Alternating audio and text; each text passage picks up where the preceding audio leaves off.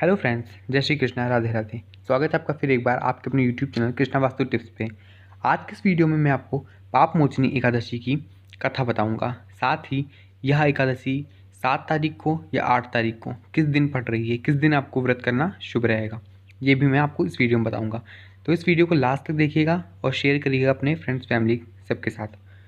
तो दोस्तों, पाप मोचनी एकादशी उन महान व्रतों में से एक है जो आपके समस्त पापों का नाश कर देती है। यह वह व्रत है जो बड़े से बड़ा पाप, गौहत्या आदि बड़े बड़े पाप भी नष्ट करने की शक्ति रखती है। पर आपको करना क्या है? अगर आप एकादशी का व्रत नहीं करते तो आप इस दिन पाप को उतारने के लिए, अपने पाप का नाश करने के लिए एकादशी का व्रत कर सकते हैं। पाप मोचनी एकादशी का व्रत बहुत ही पुण्यदायी है और फलदायी है। आपके जितने भी पाप हैं जो जाने अनजाने में आपके द्वारा हुए हैं, उनका यह नाश कर देती है और आपको पापों से मुक्ति मिलती है। हर मनुष्य जाने अनजाने में बहुत से पाप करता रहता है, जिससे उसे पता भी नहीं कि उसने कितने पाप कर दिए हैं और उनका फल उसे क्या मिलेगा, उसे कितना नरक भोगना पड़ेगा, क्या उसके साथ होगा आगे, वो उसका अनुमान भी नहीं लगा सकता। बस वो सोचता है कि उसने रोज़ पूजा करी है तो उसने पाप उसके नाश हो गए। ऐसा नहीं होता है। कुछ पाप अनजाने में होते हैं, जैसे हम चलते वक्त ध्यान नहीं देते हैं, कई चींटियाँ मर जाती हैं, बाद में देखते हैं, नज़र पड़ती है तो देखते हैं कि कई चींटियाँ चल रही थी, हम उनके ऊपर पैर रख दिया हमने। तो ऐसे भी पापों का फल आपको ज़रूर मिलता है। कैसे भी पाप हों, आपको उनका प्रायश्चित ज़रूर करना चाहिए।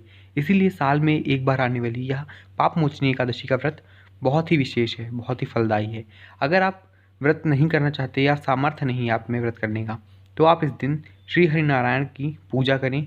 आप चाहें तो विष्णु सहस्त्र नाम का पाठ कर सकते हैं। अन्यथा आपको पाप मोचनी एकादशी का महात्म्य जो है, व्रत कथा है, यह तो ज़रूर सुननी चाहिए।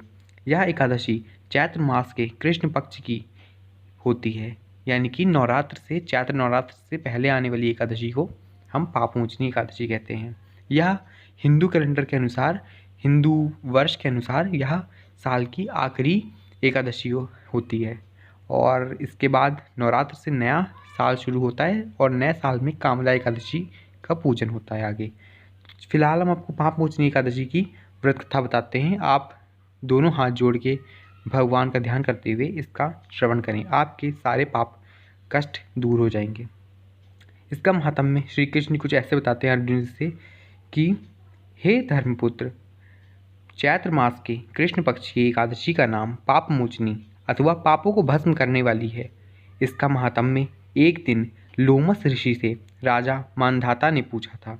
लोमस मुनि बोले, एक चित्रथ नामक सुंदर वन था, वहाँ देवराज इंद्र का क्रीड़ा स्थल था।